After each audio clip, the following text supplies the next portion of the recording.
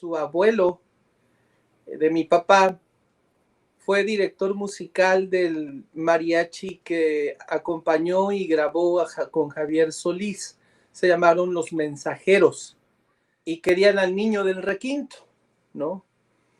Entonces, allí es mi debut, en el Teatro Blanquita. Entonces, allí con Lucía Méndez se regó la voz, la pólvora muy rápido de mí.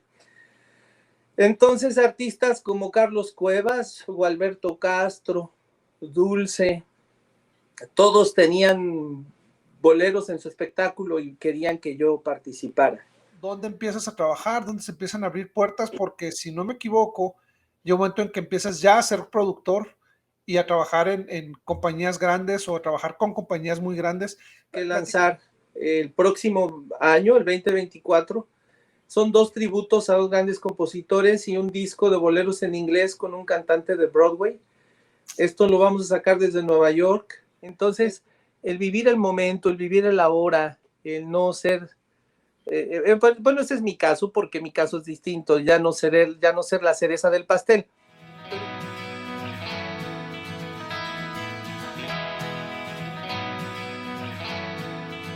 Bienvenidos a una emisión más de su programa Visión Cumplida, historias ordinarias de éxitos extraordinarios. Me encuentro muy contento, muy emocionado porque aceptó platicar conmigo un viejo amigo de mi juventud. Lo conocí hace algunos años y él desde aquel tiempo ya había tenido grandes éxitos en la industria musical. Él fue reconocido, si no me equivoco, como el requintista más joven de México y el mejor o uno de los mejores de todos los tiempos. Ha sido productor musical, es cantante, tiene varios proyectos, ha trabajado para empresas muy importantes en la industria y es miembro de la iglesia. Y él ha aceptado platicar conmigo. Es un honor y demos la bienvenida a Adrián Ramírez. Gracias, Jesús. Un abrazo a la distancia. Gracias por tu invitación. No, hombre, al contrario, es un honor el que hayas aceptado. Te sigo mucho en las redes, te veo cómo sigues activo en la música, y es sorprendente porque empezaste bien jovencito y la verdad es que me alegro con tus logros y con todos tus éxitos y todo lo que vas haciendo, Adrián. Gracias por aceptar platicar con nosotros. Gracias a ti por la invitación.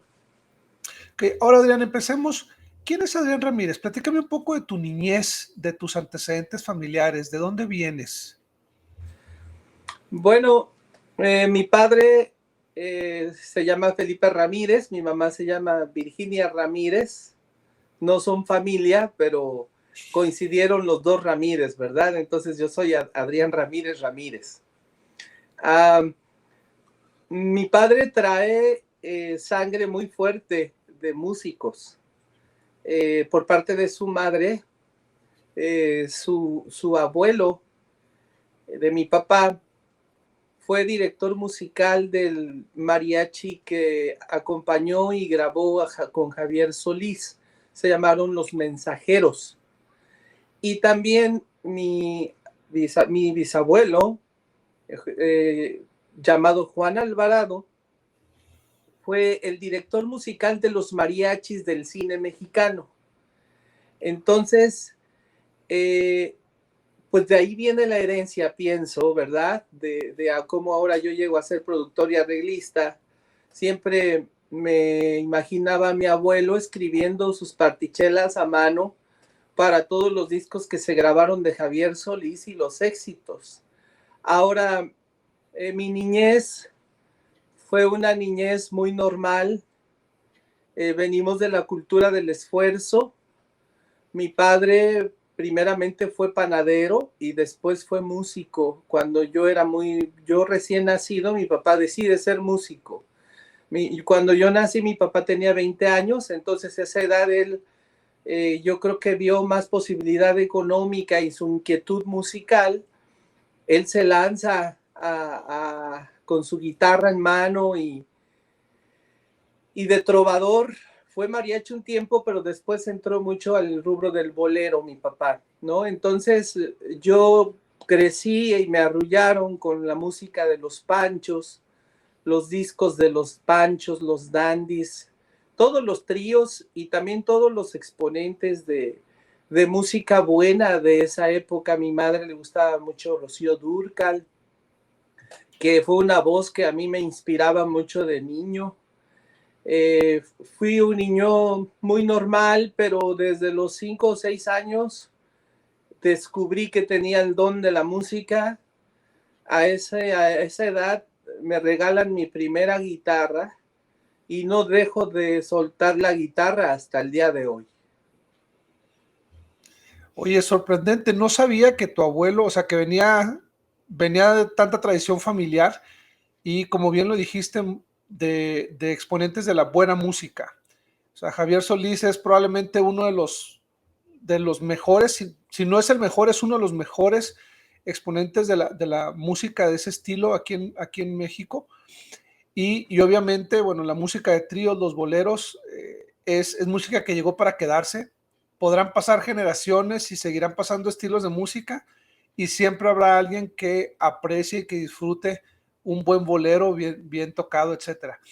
Entonces, empezaste a los 5 años a tocar. ¿A qué edad te diste cuenta y ya empezaste a salir del tocar solamente con la familia y ya empezaste a tocar para alguien más? De los 5 años a los 10 años me enseñó mi padre, mi mamá que también tocaba un poco de guitarra y mis tíos que también tocaban guitarra.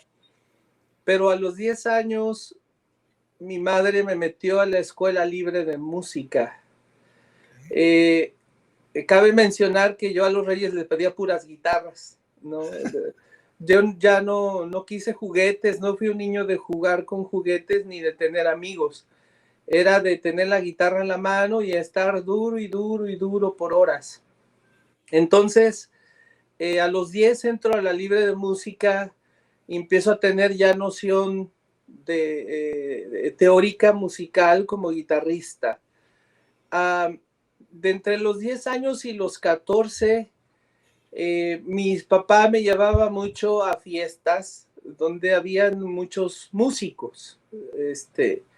Le llamaban típicas bohemias, eran de día, estas no eran de noche, porque de noche pues no podía yo ir, pero a las de día sí, íbamos como familia. Y allí empecé a conocer mucha gente de renombre. A los 15 años exactamente, viene mi primera invitación a trabajar con el espectáculo de Lucía Méndez de un show que se llamaba Noches de Cabaret. Ella lo estaba presentando en el Teatro Blanquita y en el patio de la Ciudad de México, en el centro nocturno. Entonces quería hacer unos boleros en específico en una parte del show y querían al niño del requinto, ¿no? Entonces ahí es mi debut en el Teatro Blanquita, exactamente en septiembre del año 90. Oye, solamente 15 años y ya estarte codeando en un escenario tan importante como el Teatro Blanquita y con artistas tan importantes. ¿Cómo te sentías, Adrián? ¿Qué pasaba por tu mente? O sea, digo, me queda claro que conociste músicos desde muy pequeño por el ambiente en el que estaban tus papás, pero ya estar tú presentándote a tan corta edad, ¿cómo te sentías al estar junto a estas personalidades? Era un niño de 15 años y tenía muchos sentimientos encontrados. Por una parte, me emocionaba. Por otro lado, cuando yo escuchaba la orquesta de Lucía, que eran músicos muy pro, tocar me emocionaba mucho. A la vez, el ambiente me producía cierto temor. 15 años, bueno, cabe mencionar que yo nací en la iglesia y era miembro de la iglesia. Y bueno, 15 años llegas al Teatro Blanquita y ves a todas las bailarinas en los pasillos desnudas, cambiándose. Y me decían, pásate como si nada, hombre. Y unas llegaban a cambiarse un penacho a mi camerino, otras se hicieron mis amigas. Entonces, entro de lleno al mundo de la farándula de manera fuerte, fuerte porque es como cuando sueltas a un bebé en una alberca honda y dices, pues ya y salte y nada. Así fue como yo entro al mundo artístico, con esa mezcla de emoción y miedo, la verdad, ¿no? No, claro, y no es para menos. Digo, 15 años todavía no tienes la madurez física, ni mental, ni en muchos sentidos, pero ya estabas tocando de una manera impresionante. ¿En qué momento empiezas a tener ya temporadas tú solo como requintista? ¿Empiezas a tocar con tríos importantes como Cholos Fantasmas? O sea, ¿en qué momento das todavía un brinco mayor y empiezas a ser reconocido, si no me equivoco, como el mejor requintista de México o el requintista más joven de México y mejor de todos los tiempos? Algo así. Platícame de eso, por favor, Adrián. Tú lo recuerdas mejor que yo. Bueno, primero era el más joven, pues obviamente 15 años, por ahí hay fotografías y me gustaba ponerme el requinto un poquito más alto, entonces se veía pues la cara de un niño tocando.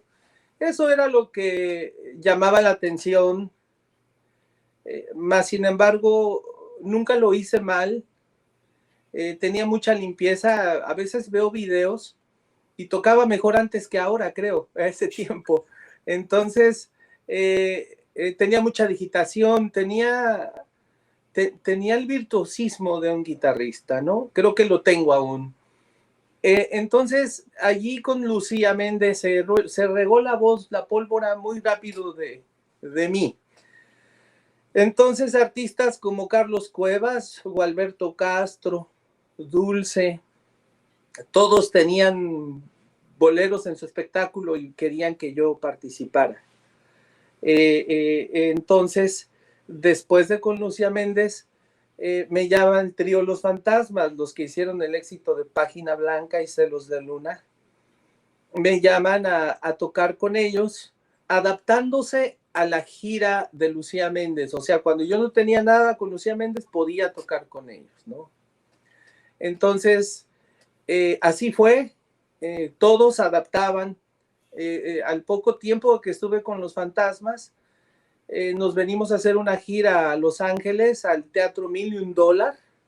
Ese teatro ya no existe, pero es un teatro de mucha tradición en el centro de Chicago, perdón, en el centro de Los Ángeles. Y hicimos la primera temporada allí con Los Fantasmas, otro trío que se llamaban Los Tres Haces. Venía Luis de Alba como comediante, Rafael Inclán y los Dandys. Y el niño del requinto, ¿no? Entonces, el centro de las entrevistas en la radio, en la Thank You, que como recuerdo a un entrevistador llamado Jaime Piña, famoso en Los Ángeles, no sé si todavía está en la Thank You, él todo lo hacía alrededor de mí, ¿no? Entonces, pues prácticamente en el teatro, como me bajaba a tocar con la gente, algunos temas y todo, pues yo me llevaba el show. Entonces me fueron poniendo así como de estelar, aunque íbamos con Los Fantasmas, ¿no? Entonces fue una experiencia, la primera gira que tuve, bonita, en los Estados Unidos, un mes prolongado a 2, con buen éxito. Y así fue muy rápido todo, porque después de con Los Fantasmas en el aeropuerto, me invitan los Dandys, ¿no? Los Dandys estaban en el elenco, pero me llaman y me dicen, vente con nosotros, te ofrecemos más dinero, ¿no? Y entonces a veces había momentos que no sabía qué decisión tomar, me era difícil. Es que no quiero ni imaginarlo siendo tan jovencito y teniendo ya participación en escenarios tan importantes con artistas tan reconocidos y luego que se empiezan prácticamente a pelear por ti, por decirlo de alguna manera coloquial, e invitarte, vente con nosotros, vente acá, debe de ser difícil. Me comentas que naciste en la iglesia. ¿Fue complicado ser un joven miembro de la iglesia y ya tener una apertura al mundo artístico, a los escenarios, al reconocimiento? ¿Pudiste seguir yendo a la iglesia? ¿Dejaste de ir? ¿Cómo fue tu juventud dentro de la iglesia con esto que estabas viviendo, Adrián? Fue complicado, definitivamente me deslumbró el medio.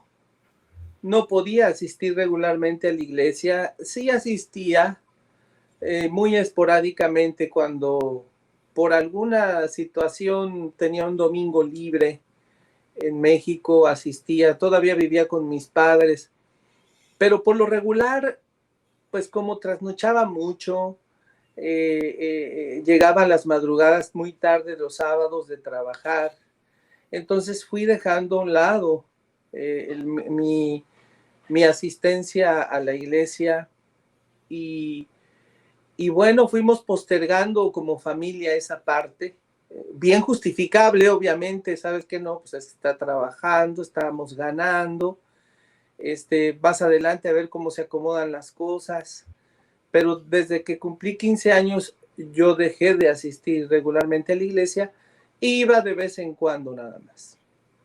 Ok. Ok, ahora cuando yo te conocí, yo estaba en el Benemérito, tú eras pocos años mayor que yo, y tú estabas en la orquesta. Manuel Otón te había invitado a participar en la orquesta. En la orquesta no hay mucha participación de guitarra, de hecho generalmente no hay, salvo alguna pieza en particular. Tú tocabas el contrabajo, si no me equivoco. ¿Cómo fue tu paso por la orquesta del Bene y tu relación con Manuel Otón, que gracias a la cual tuve el gusto de conocerte en esos años? Pues precisamente en ese tiempo que era el requinto más joven de México y todo eso, Manuel Otón y yo asistíamos al mismo barrio en la estaca azteca de Catepec, Estado de México, en el barrio Águilas. Entonces, allí Manuel y yo luego nos presentamos. Bueno, cabe mencionar que Manuel fue mi maestro de piano a los 5 años en Estaca Aragón, pero le perdimos la pista. Lo vuelvo a ver cuando tenía 15 y ahí le dicen en el barrio, oye, fíjate que aquí Adrián Ramírez, pues, y luego él va al Teatro Blanquita, incluso fue con sus papás y fue a ver que certificar que realmente estaba yo allí tocando. En la marquesina se decía ahí el nombre del requinto más joven de México y mi Manuel me platica de la orquesta. Entonces, yo voy desde el principio de la orquesta con él también cuando yo podía ir entre semana. Fui de los primeros de la orquesta, donando mi tiempo y tocando el contrabajo, que más adelante, 6 años después, fui contratado para el sistema educativo de la iglesia y fui maestro en la orquesta, también 3 años en el Benemérito. No sabía. Sí. Ah, súper bien. Qué afortunados los jóvenes que te tuvieron como maestro. Estuve 3 años en la orquesta como maestro contratado y también tuve la rondalla a mi cargo y ayudaba también a la maestra Celia Serrano con el coro y la música popular también. No, digo, con el conocimiento y la experiencia que tienes como arreglista, como músico, debes de haber hecho maravillas ahí en la rondalla, además de lo que pudiste haber aportado en la orquesta. Eso está muy padre. Qué bueno que tuviste esa oportunidad. Sí, sí sonó muy bonito la rondalla y hasta la fecha tengo contacto con algunos de los jóvenes que tocaban conmigo, me siguen todavía ahí por ahí. Hay un muchacho que se llama Ricardo Portillo, que le mando un saludo. Él vive en Pachuca, se dedica a la música y yo fui su referente allí para que creyera en la música y le diera.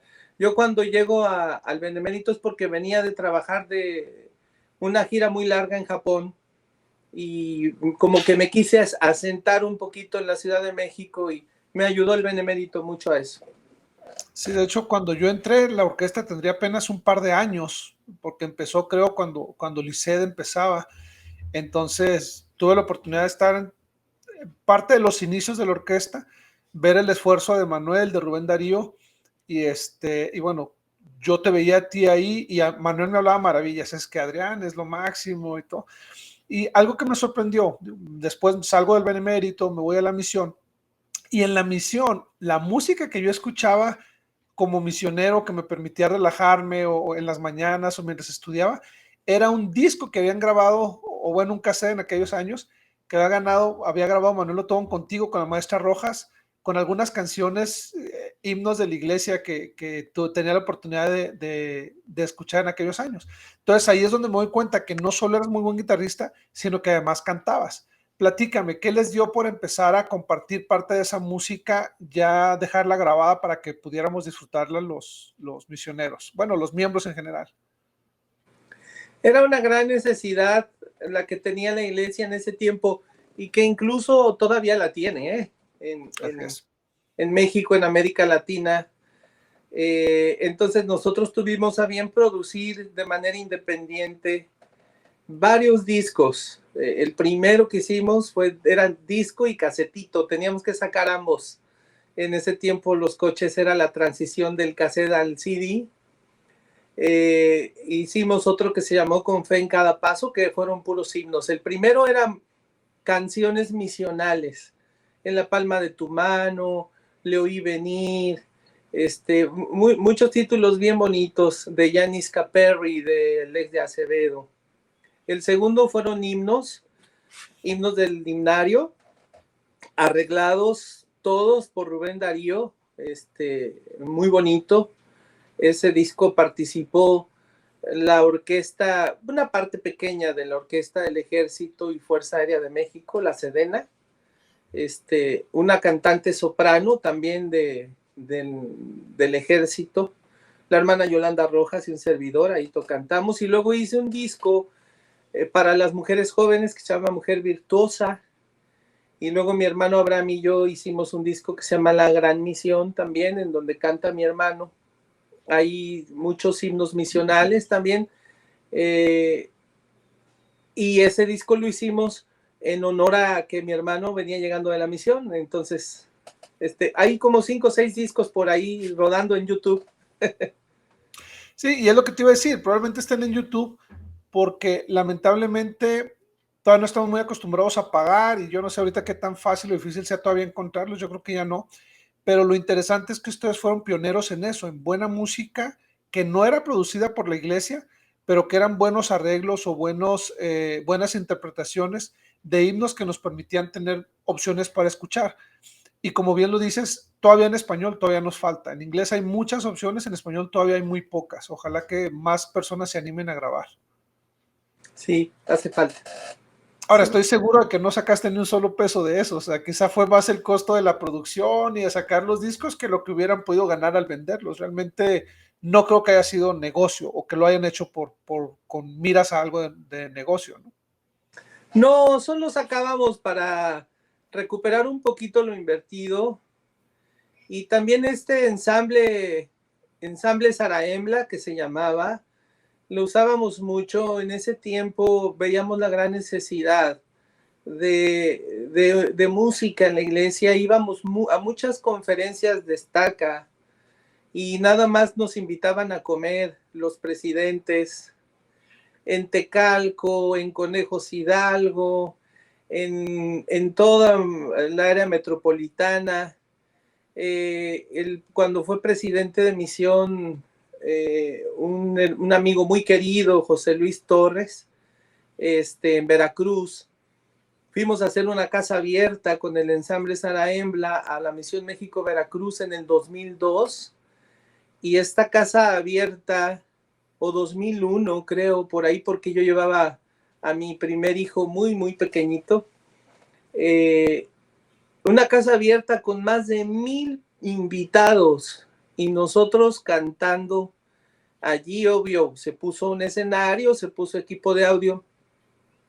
Entonces, pues llevábamos pues 5 o 6 músicos, varias voces, pero le trabajamos varios años con la presidencia de área, haciendo mucha música en los encendidos de luces del templo de la Ciudad de México. Cabe mencionar que Rubén Darío tiene una obra muy bonita que se llama Navidad en las Américas, y a mí me tocó hacer el papel de Samuel en la manita.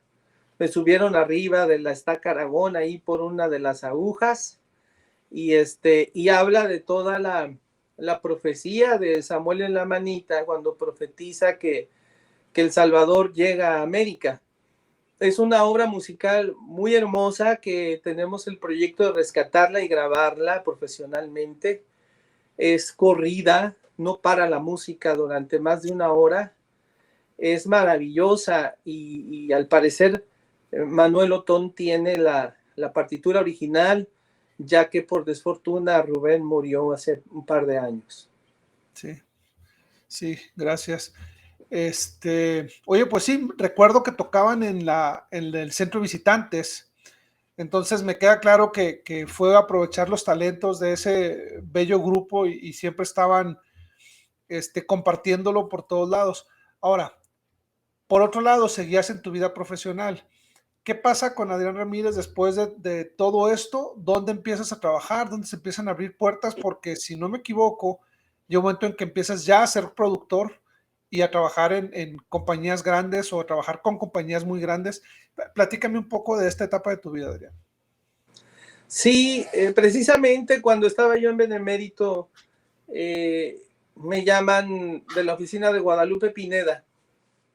Ella acababa de grabar un disco con los mejores tríos de México, los Tres Reyes, los Tres Haces, los Dandis, los Panchos. Y para ella era imposible juntar a todos los tríos para un concierto en vivo. Entonces, ella tiene una serie de conciertos en la sala NESA de la UNAM, allá en CEU, en México, y me buscan de carácter urgente para que yo montara un medley de ese disco en el show de la sala NESA una noche antes del concierto, porque el trío Los Panchos, que iban a estar con ella haciendo toda la travesía de boleros, no llegaban de Guayaquil porque habían tenido un contratiempo en su gira. Entonces, esa noche que me llaman de la oficina, el otro día del concierto, pues me mandan con un mensajero en ese tiempo el disco que había grabado Lupita y me pongo a hacer el medley, a hacer partituras para la dotación de la orquesta de Lupita. Y me dijeron, ¿qué necesitas? Le dije, ¿tiene coristas? Sí, le dije, perfecto. Entre los coristas y yo hacemos las voces del trío y con la orquesta que me acompañe y yo toco el requinto.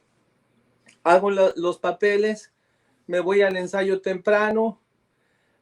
A Guadalupe le gusta mucho el trabajo que llego a hacer porque pues no solo llegué a tocar el requinto y a tocar esos boleros específicos que ella quería, sino había hecho todo un medley escrito con partituras. Entonces Guadalupe me da un abrazo y dice, quiero que te quedes de planta conmigo en mi show. En ese tiempo ella trabajaba mucho. El director era Popo Sánchez, su director musical. Entonces empezamos con ella, primero como requintista, después como guitarrista y requintista, y después como director musical se va Popo y me quedo yo a dirigir a Lupita un tiempo corto, porque después de ese tiempo nos firman a mi proyecto de mis hermanos, con mis hermanos y mis primos, que se llama Cuatro en Do. Nos firman en Discos Musart y nos recluta a Joan Sebastián para preparar el primer disco que hicimos con el sencillo Pirata, que fue una canción de Joan. Y pues nos reclutaron, es decir, un año dejé de trabajar en todo lo que yo andaba haciendo por dedicarme a Cuatro en Do. Y allí es en donde yo empiezo a tener mucha experiencia dentro de los estudios de grabación.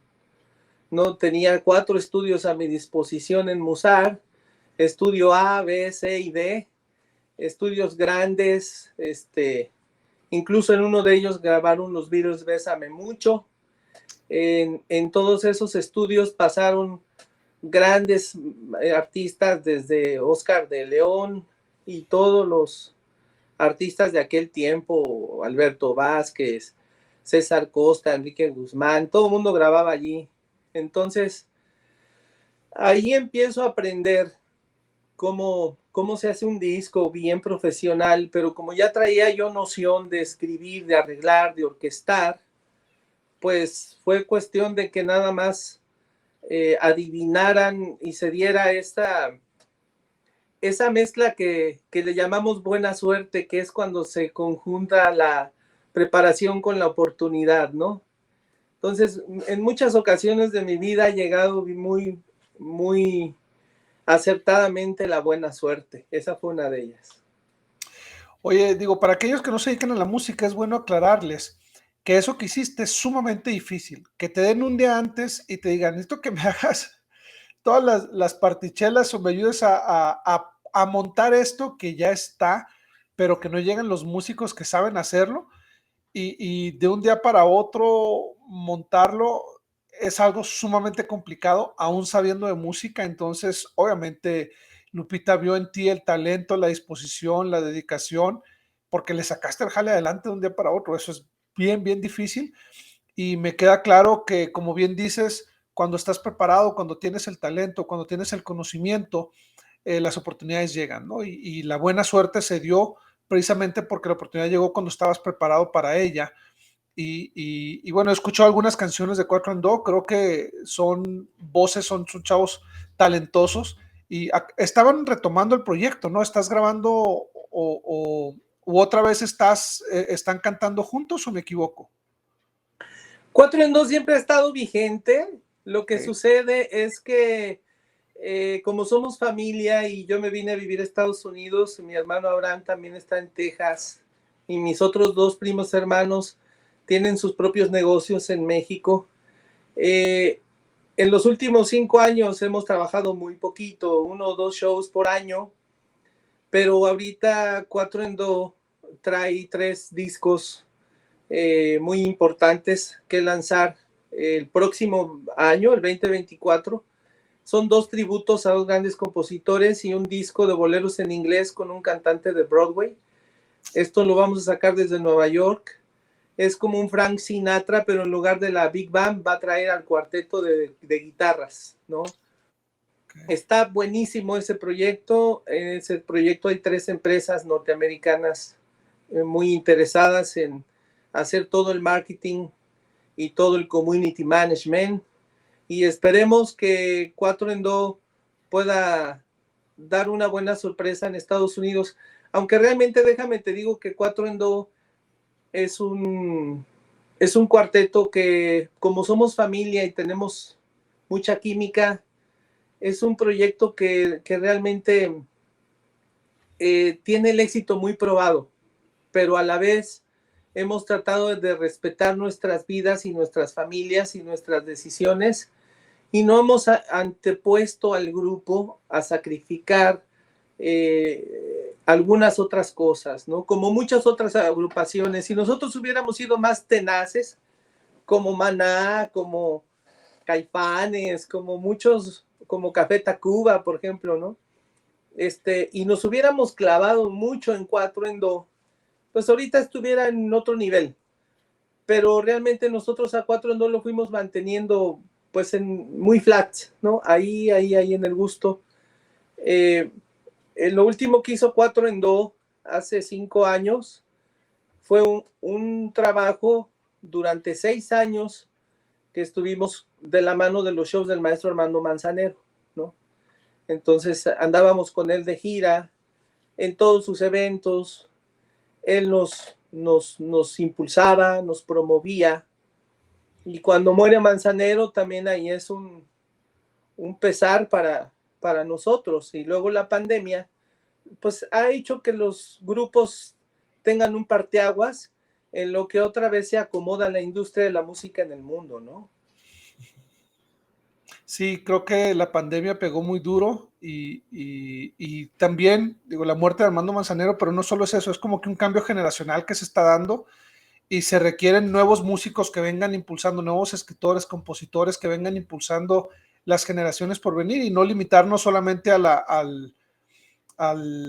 hijo, es que no quiero decir nada que pueda sentir que estoy atacando algún género musical en particular, pero bueno, a la música comercial que no tiene tanto nivel de ejecución, ni de arreglo, ni nada de eso, ¿no? Que solamente está para gustar a los chavos y que bailan, pero se requiere esa música más profesionalizada que Cuatro en Do representa junto con algunos otros músicos que vienen de escuela musical, ¿no? Entonces, pues ojalá que esos proyectos que me estás platicando podamos verlos y podamos disfrutarlos porque suenan muy atractivos, ¿eh? Sí, sí, sí, Jesús, con todo gusto te vamos a mandar todo el material y lanzamientos cuando estén listos los videos y todo. Sí, a mí esta parte de la música comercial que está de moda, que no es tan grata para mucha gente, no me preocupan porque son proyectos muy pasajeros, suben y bajan, suben muy fuerte y caen terriblemente.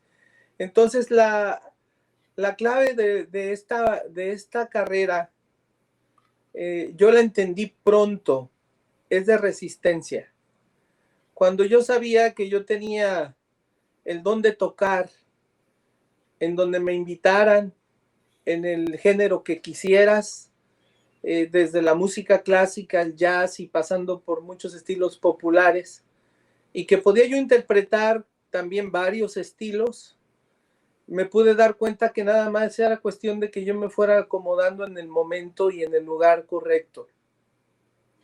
Pero sí te va dando la experiencia, te va dando más seguridad.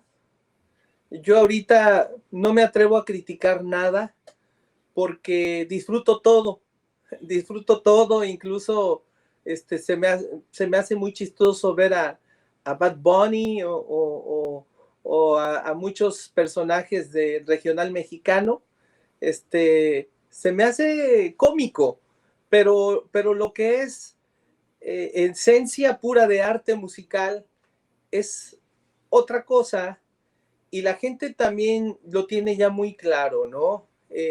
Estamos en una era del internet, de que todo es muy rápido y muy mediático, pero también dentro de internet, redes sociales, YouTube, todas estas plataformas, hay grandes cosas que disfrutar. Entonces ya la gente tiene mucho para dónde escoger y a veces hasta de manera gratuita. Entonces ahorita yo en la industria de la música yo tengo que ir adelante, adelante, pero ¿cómo voy adelante si va más adelante que yo la tecnología y la inteligencia artificial? El otro día estaba viendo una aplicación que no te voy a decir el nombre, pero búsquenla, es una aplicación que tú pones una canción y te saca track por track, te lo abre y te da el bajo, te da la batería, te da el piano solito, te da el cantante solito y se abre toda una interfaz en tu teléfono. Wow. Y entonces tú le quitas la voz y puedes usar nada más el background de lo que es la armonía, o si te gustó la batería, te quedas con la pura batería y a eso le subes tú tu música. Entonces la inteligencia artificial está haciendo muy buena producción, ¿no? Pero aún así nunca le va a ganar a lo humano, porque también yo he entendido que el arte tiene un antídoto y un contenido muy importante que es una divinidad, el arte en general. La música, la buena música ha sido inspirada por Dios, ¿no? Tiene impreso el toque de la divinidad. Eso no lo va a tener la inteligencia artificial. Siempre nos van a necesitar. Entonces, yo he tratado de acomodarme según la época, ¿no? Aunque empecé en los boleros, aunque me fui abriendo a todos los estilos y pasé por el rock, por el jazz, por lo clásico. Tengo una sinfonía muy buena que se llama Tlacaelel y son ritmos prehispánicos para filarmónica. Entonces, pues poco se ha tocado porque no estoy en la música clásica 100%. Yo me vine a la música popular. Estuve produciendo, como te comento, a Guadalupe Pineda le he hecho más de 10 discos, ¿no? Todavía apenas la semana pasada le entregué un proyecto de canciones mexicanas muy lindo, tipo guitarra vibriesca, ¿no? Pero a la señora le he hecho más de 10 discos. A Manzanero le hice mucha música, arreglos y discos, ¿no? A Joan Sebastián también, ¿no? Entonces, yo voy un poquito adelante viendo en dónde me voy a ir acomodando, pero siempre para el músico preparado, siempre hay muchas fuentes de trabajo y de ingreso, ¿eh? Fíjate que me gusta lo que dices de que al final disfrutas todo, aunque, o sea, porque al final necesitas música para todo, o sea, música para bailar, música para entretenerte, música para hacer ejercicio, entonces es válido y entran todos los géneros en esto. Ahora, Adrián, ¿en algún momento estuviste en una cumbre de tu carrera como productor? Sé que tenías tu oficina en la Ciudad de México, oficina en Miami. O sea, ya estamos hablando que te codeabas con los grandes, que estabas en las ciudades con mayor, ya te habías presentado en Los Ángeles, o sea, en las ciudades con mayor exponencia, no sé cuál sería la palabra adecuada en cuanto al ámbito musical, y tú estabas ahí y tenías oportunidad de usar los mejores o de administrar grandes estudios de grabación, estar con los grandes productores. ¿Qué tal fue tu paso por ya estar en ese nivel como productor? Fue un paso, bueno, fue el paso de la muerte, yo creo, yo le llamaría así, porque llegó un momento en el que eso fue primero que todo, ¿no? Producir, andar de gira. Hubo un tiempo en que me bajaba de un avión, me subía a otro. Eh, Recuerdo muchas experiencias, tantas que son muchas, no pararíamos en toda la noche de contar. Una vez fuimos a hacer un programa que se llama Animal Nocturno a la ciudad de Nayarit, con 4 Endo y José Luis Rodríguez el Puma. Este Animal Nocturno lo conducía Ricardo Rocha. El programa se graba y se transmite desde el Zócalo de Nayarit y en vivo totalmente. Hacemos todo el musical nosotros. Eran comerciales y musicales a todo lo que daba con el Puma que tiene un artista internacional muy importante. Terminamos de ahí, nos vamos con el gobernador de Nayarit y con Ricardo Rocha y con el Puma y nos vamos de rumba a cenar y con la guitarra y a cantar.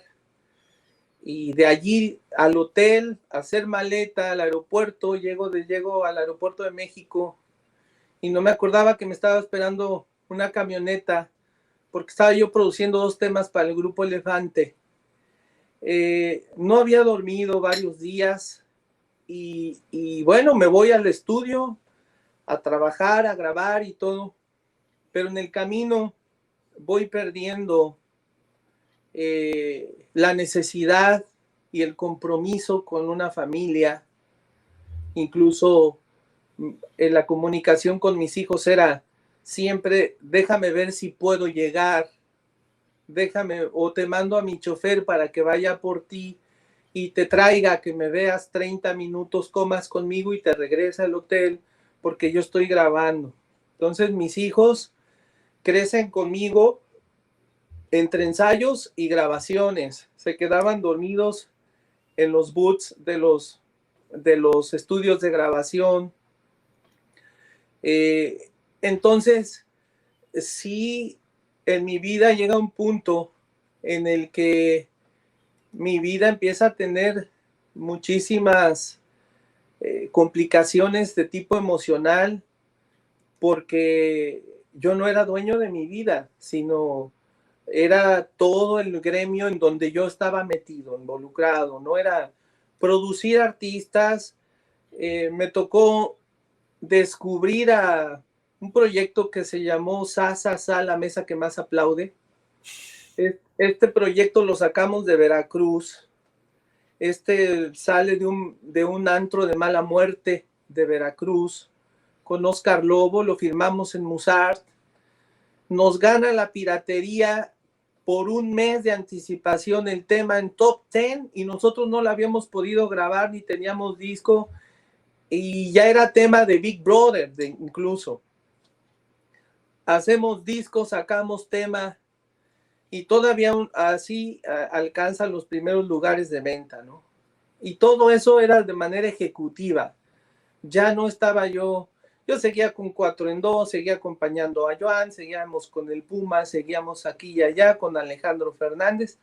Entonces, no tienes vida, o sea, realmente no tienes vida, Jesús. Yo no tenía vida. Yo tenía que comer lo que hubiera en el momento. Yo tenía que dormir cuando se pudiera descansar un rato y la agenda estaba saturada.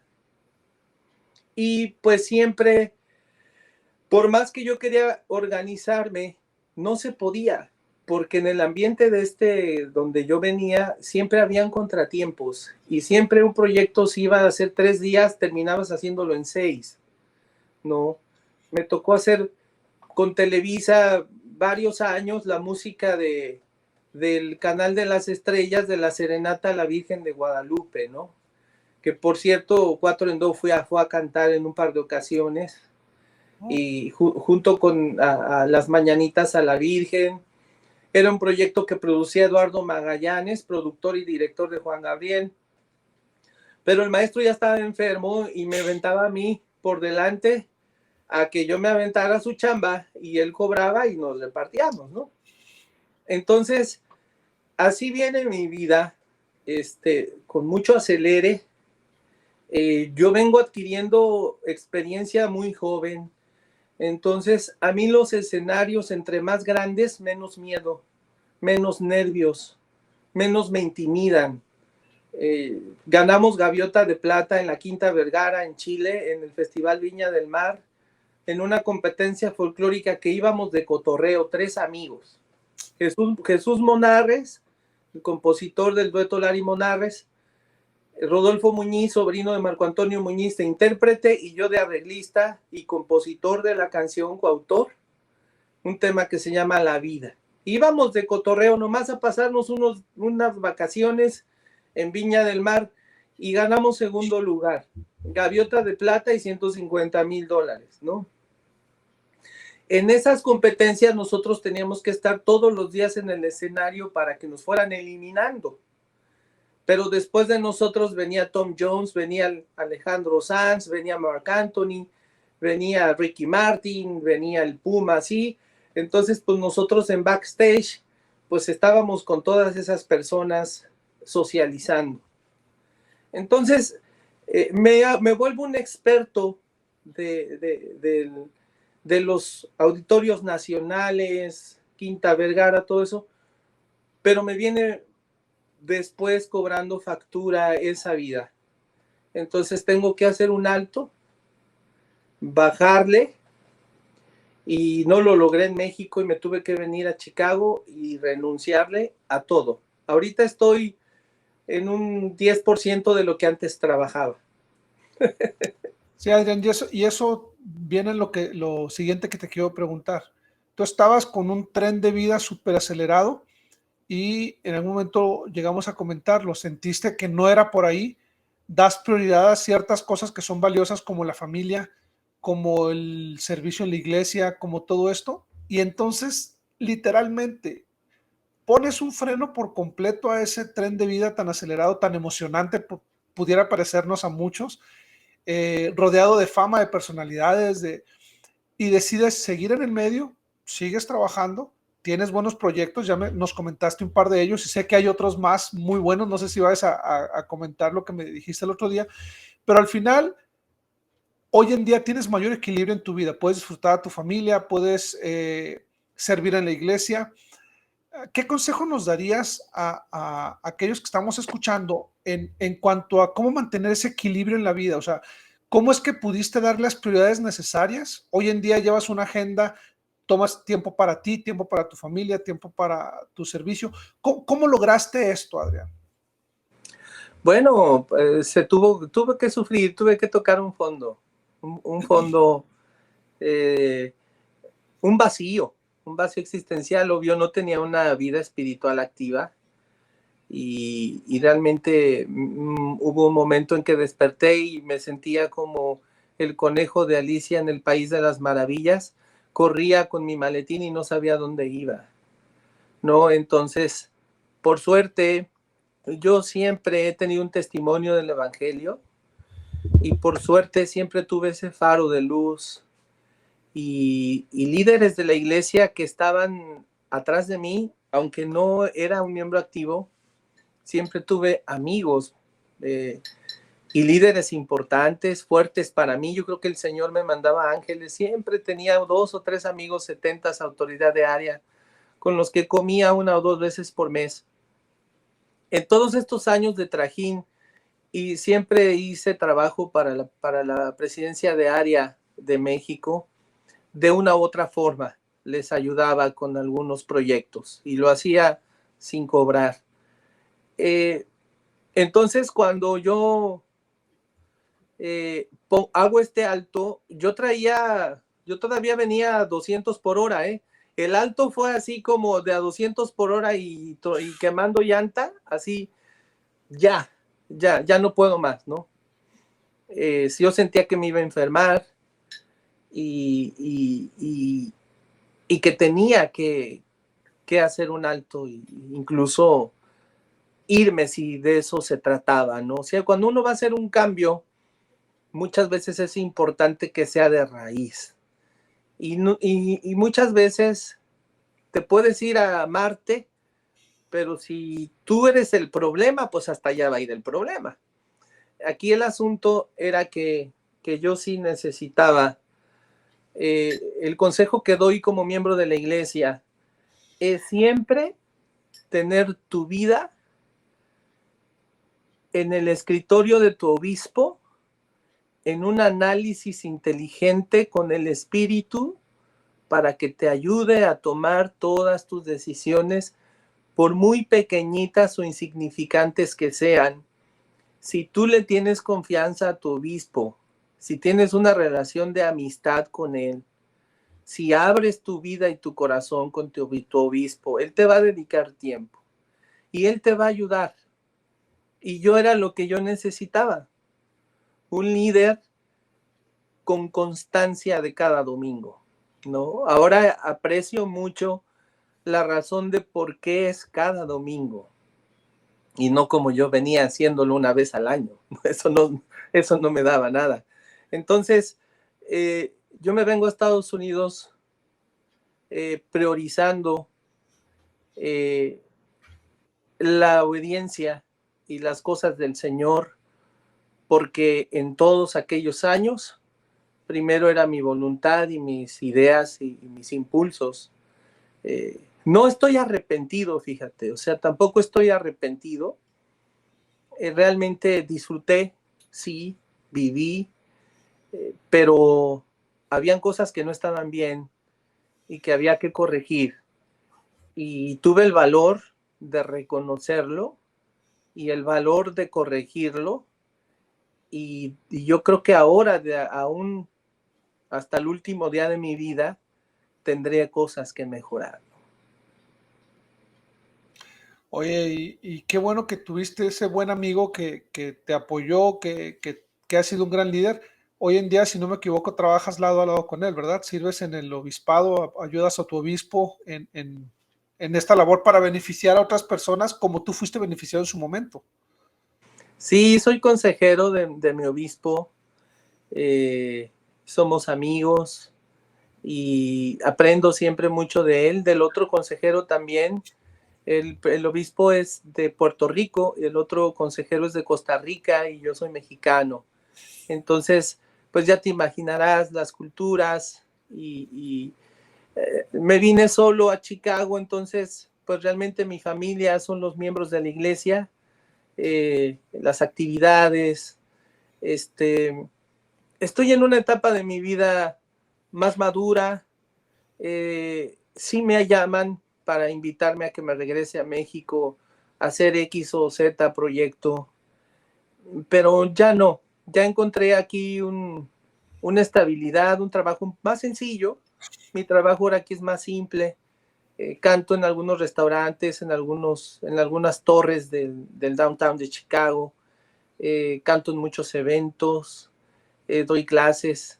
Sigo produciendo, pero desde mi estudio aquí en casa y muy selectivamente, así muy selecto, hago arreglos. Como ahorita estoy haciendo la música para Broadway, Yo creo que me quedo trabajando con la gente de Broadway. Me gusta esta forma de trabajar sin presión, me dan mi tiempo, que yo me tome el tiempo que necesito. Entonces, sin duda, el Evangelio nos sienta bien a todos, a cualquier ser humano le va a sentar bien.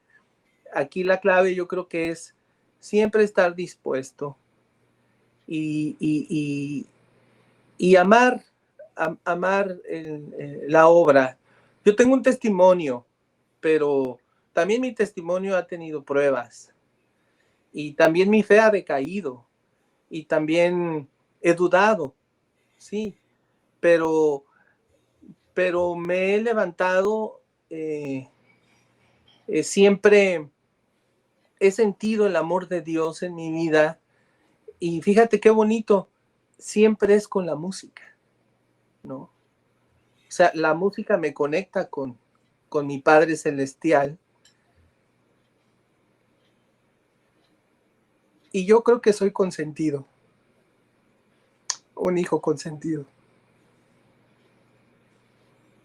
Gracias, Adrián. Yo creo que sí lo eres. Creo que primero el talento con el que naciste, la forma en que tuviste oportunidades de desarrollarlo, la forma en que se fueron habiendo esas oportunidades en tu vida para compartir esos dones que tenías y cómo musicalmente has podido influir en muchas personas dentro y fuera de la iglesia, porque al final has tenido la oportunidad de alguna manera de inspirar a los demás con tu trabajo, con himnos, con tu servicio, con aquellas visitas que hacías a las diferentes estacas donde te invitaban, al centro de visitantes, todo lo que se hace en México a través de tu servicio desinteresado y sin cobrar dentro de la iglesia, como lo hacías de manera profesional con artistas de talla internacional, con quienes producías, con quienes tocabas, te presentabas. Entonces, has podido a través de la música estar cerca del Señor y al mismo tiempo entretener a las personas fuera de la iglesia. Yo creo que has sabido o has tenido la oportunidad de hacer un match muy interesante, muy bonito en tu carrera profesional y en tu servicio. Y eso no cualquiera lo logra. Y tú has podido hacerlo por muchos años ya. Sí, sí, sí, sí. Sí, Jesús. Sí, pues siempre hay mucho más que aprender. Siempre hay, pienso que yo siempre voy a tener muchos proyectos. Ahora ya pienso en los jóvenes, ya pienso en tener un grupo representativo. Aquí en Chicago estoy luchando por tener una orquesta típica eh, latinoamericana, de multicultural. Me gustaría tener una orquesta sinfónica, pero con niños vestidos del traje típico mexicano, de Costa Rica, de Honduras, de Guatemala, de Argentina, y tocar lo más relevante de todos esos países y dar conciertos con todo el vestuario, con toda la riqueza latina, ¿verdad? Yo siempre he sido un ciudadano del mundo, no solo he vivido en Estados Unidos, sino también viví 2 años en Japón, en otras partes, y bueno, y ahora pienso en los jóvenes, en los niños, en ayudar, en poder servir, y obvio, también vienen las bendiciones, ¿no? Porque el trabajo nunca me deja, siempre tengo mucho trabajo, y así es mi historia, Jesús, no la veo tan rimbombante ni tan ejemplar. Simple y sencillamente ahora soy un hombre muy agradecido. He hecho buen uso del talento que Dios me dio. Voy a dar cuentas de él. Y estoy consciente de eso. Y espero que tener una buena certificación. Vas a ver que sí, Adrián. Y ahorita con este proyecto que me dices de los jóvenes, digo, vienen los proyectos para 4 en Do, que ojalá puedan grabar lo que me dijiste. Ya no nos dio tiempo de platicar mucho, pero me has comentado que viene una película también, una película que me pareció un tema muy interesante y un gran proyecto. Yo lo que veo es que en los proyectos que estás agarrando ahorita, Adrián, van más enfocados en crear un legado. Ya no estás buscando, voy a hacer dinero, ya hiciste dinero. ya estuviste con artistas famosos, ya. Yo lo que veo ahorita es de qué manera estás retribuyéndole a la sociedad, a aquellos que te rodean, a los jóvenes, y dando, porque por lo que me estás diciendo ahorita, los proyectos que vienen están más enfocados en dar, en qué puedes dar o qué puedes dejar, ya más que en lograr, porque al final veo muy difícil o el que quede algo en tu carrera profesional que digas, ay, me faltó hacer esto, me faltó tocar con él. Prácticamente los conociste a todos y estuviste cerca de los artistas más reconocidos de México en nuestros tiempos, pero ahorita me da gusto que te veo enfocado en dar. ¿Me equivoco? No, sí, sí, sí, quiero compartir, quiero compartir conocimiento, formas musicales. Una de las cosas que yo siempre viví desde que empecé a estudiar música a los 10 años es que yo quería aprender rápido. Y el sistema de enseñanza musical en el mundo en general es lento, es lento. A mí me desesperaba la Nacional de Música, me desespera cómo enseñan violín en el conservatorio. Entonces, yo me voy a estudiar un tiempo a Cuba y veo cómo es la enseñanza de música fast track.